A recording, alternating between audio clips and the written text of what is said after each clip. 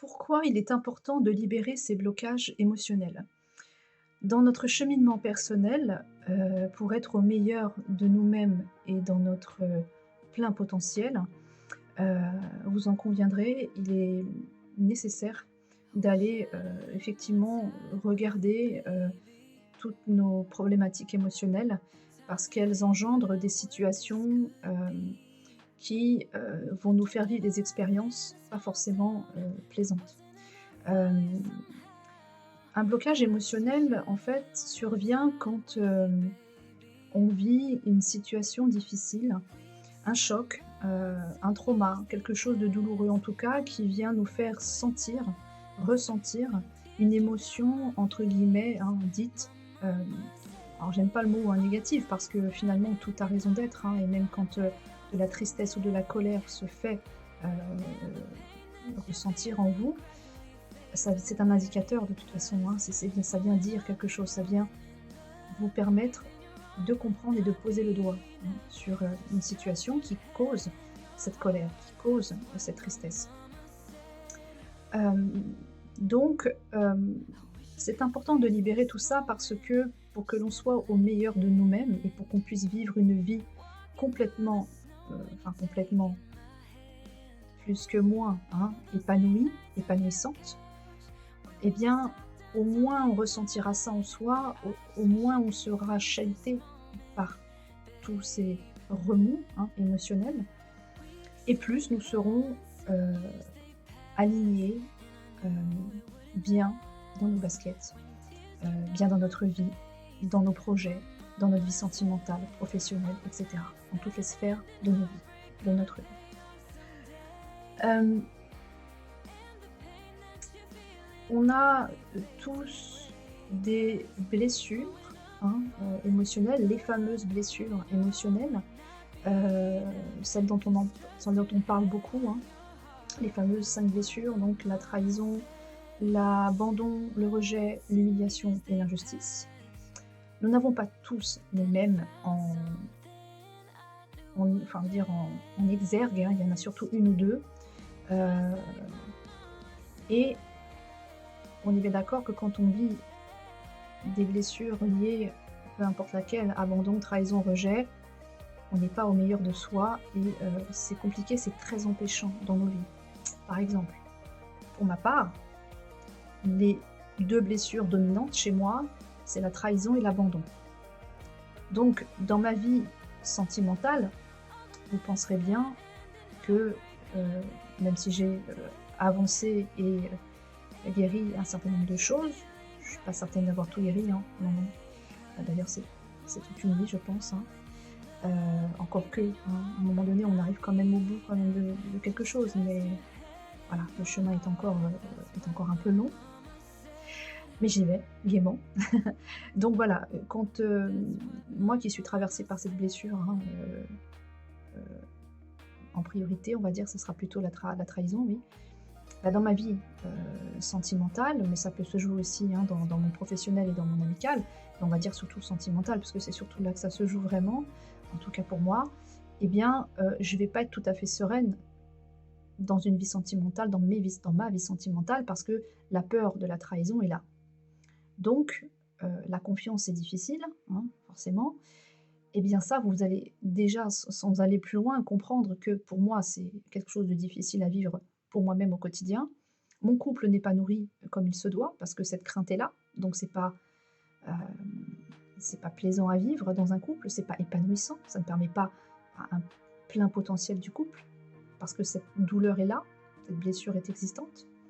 Et pour celui qui est en face, la personne qui est dans mon cœur, c'est loin d'être plaisant aussi, c'est plutôt freinant et ça peut même causer parfois agacement, colère, ce qui est normal, hein.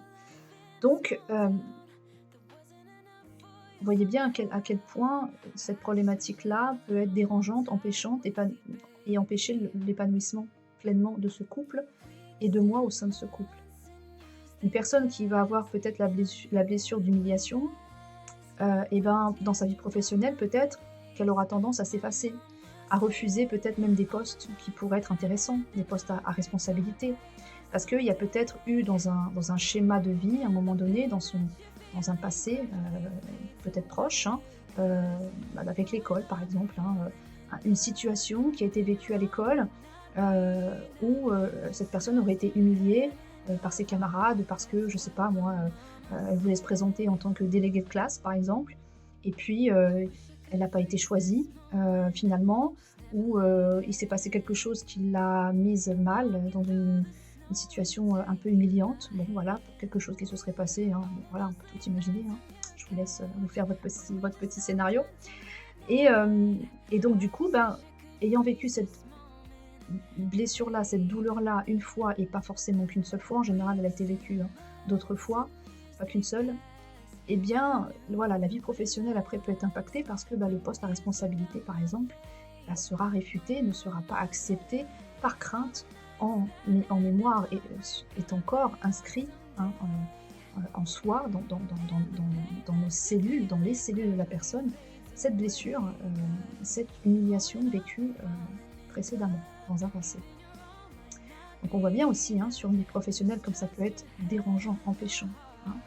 Et ça on peut le faire avec toutes les blessures, hein, les 5, et constater à quel point ça peut être dérangeant dans une vie, pour être pleinement épanoui dans son plein potentiel. D'accord?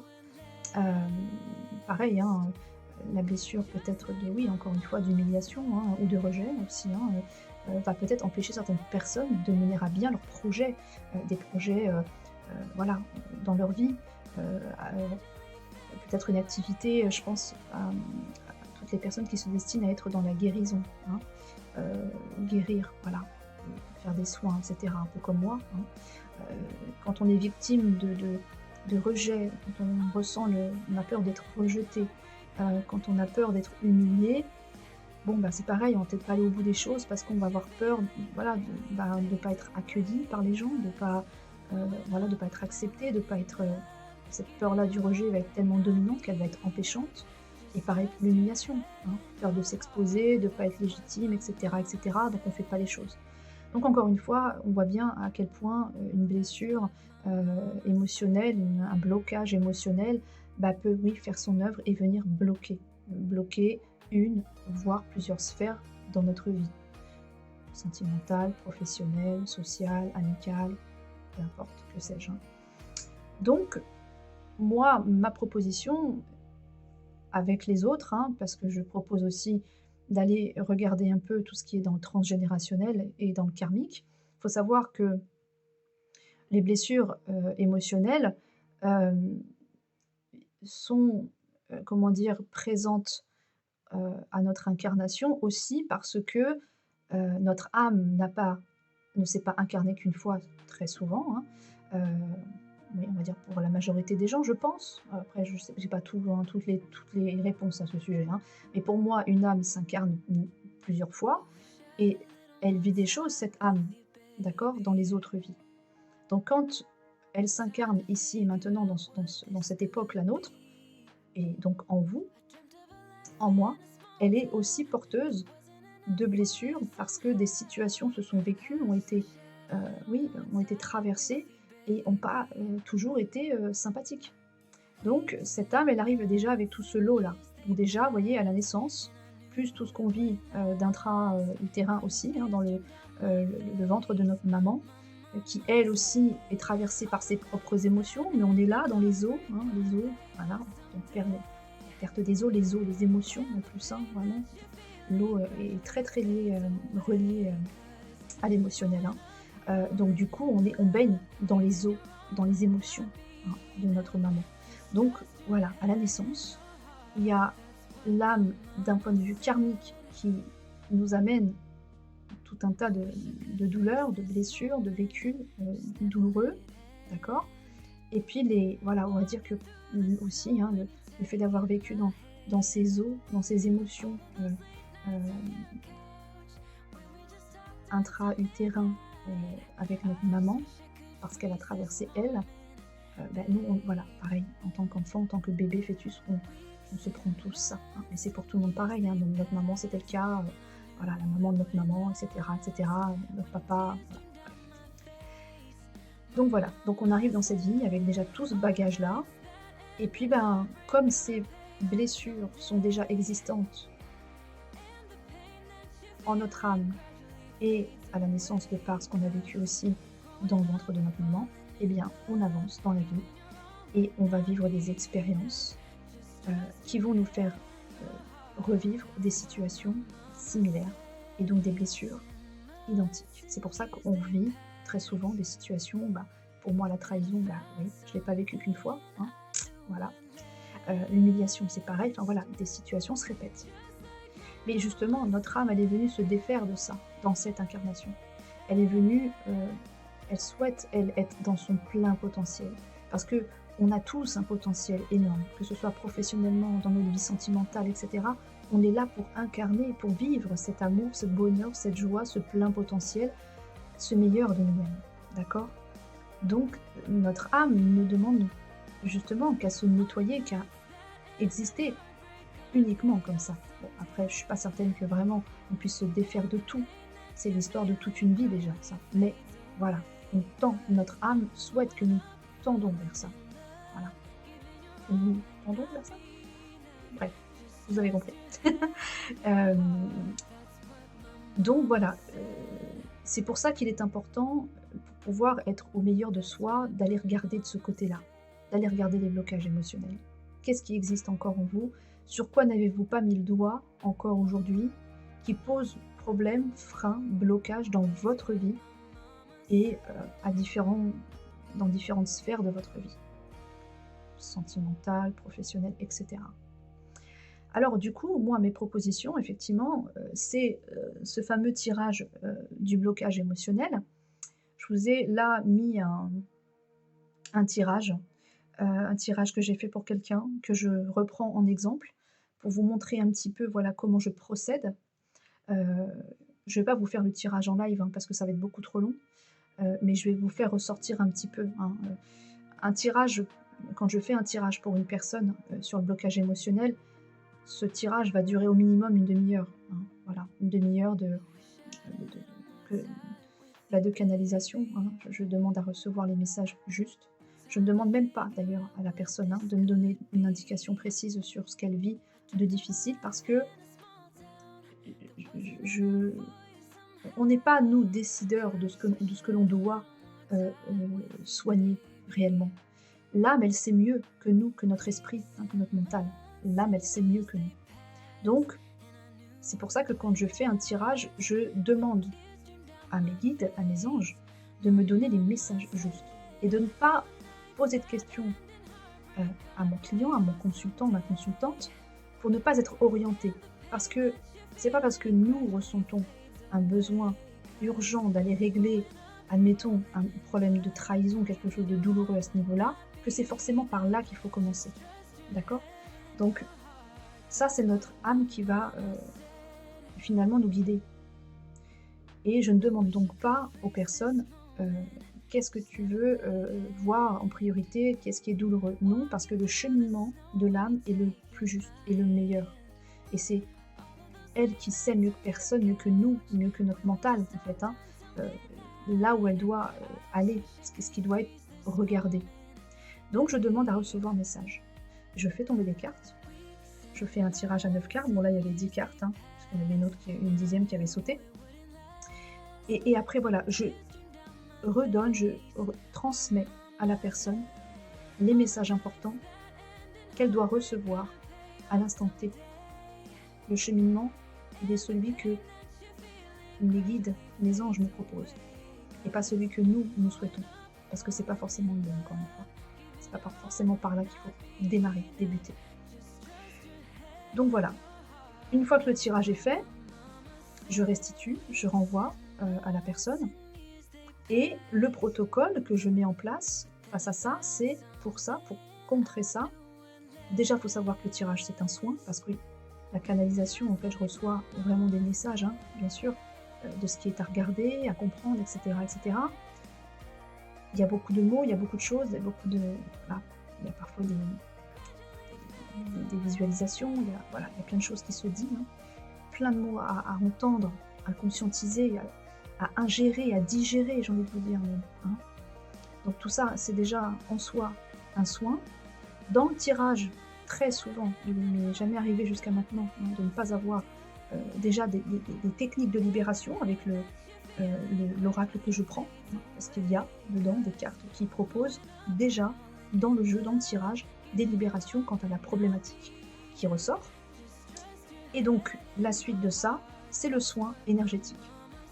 Pour les blocages émotionnels, le soin énergétique adapté, c'est le cristal âme. Hein. Bon, après, tous les soins énergétiques sont bons, hein, mais celui-là, c'est vrai que c'est un soin énergétique qui va travailler sur les blocages émotionnels, passés, présents, transgénérationnels et karmiques. Donc la boucle est bouclée. Voilà, et après, voilà, le soin est envoyé même à distance. Hein. À distance, ça fonctionne très très bien, hein, vraiment. Hein.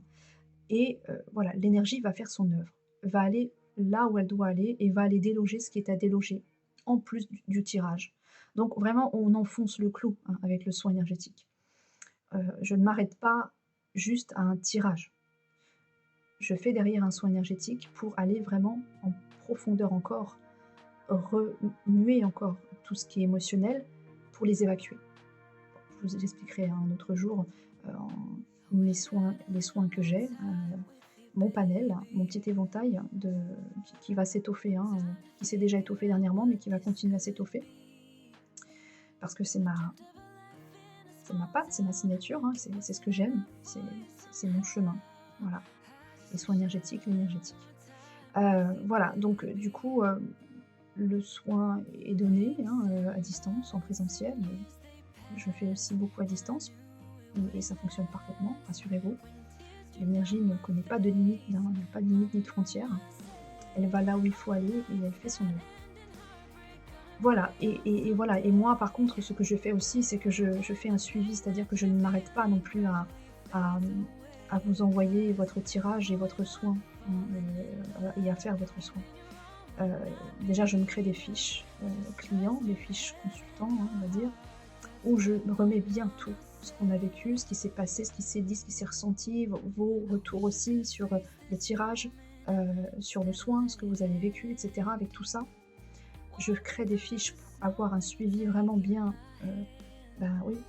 inscrit quelque part, pour qu'on puisse, après, quand on se revoit, si on se revoit, hein, il n'y a pas d'obligation, mais pouvoir faire un point. Voilà, la dernière fois, on a fait ça. On a vu ça, il s'est passé ça, on a libéré ça, etc. etc. Aujourd'hui, quel sera le volet, qu'est-ce qu'on va voir, etc. Voilà, je fais un suivi avec un système comme ça de fiches consultants. Voilà, ça c'est aussi ce que je voulais vous dire. Et puis bien sûr, après, le soin, c'est pas que le jour J. Hein. Le tirage, le soin, c'est à un moment T, bien sûr, mais ça continue, ça perdure, hein, un petit peu longtemps. La nuit, on ne fait pas que dormir, on fait aussi plein de nettoyage, de réparation, d'apprentissage, etc. Donc le soin perdure aussi la nuit qui va suivre. Et puis pas que, hein, pendant, moi, je pense qu'en moins un jour ou deux, hein, je pense que les énergies du soin sont toujours là et viennent faire leur œuvre, d'accord?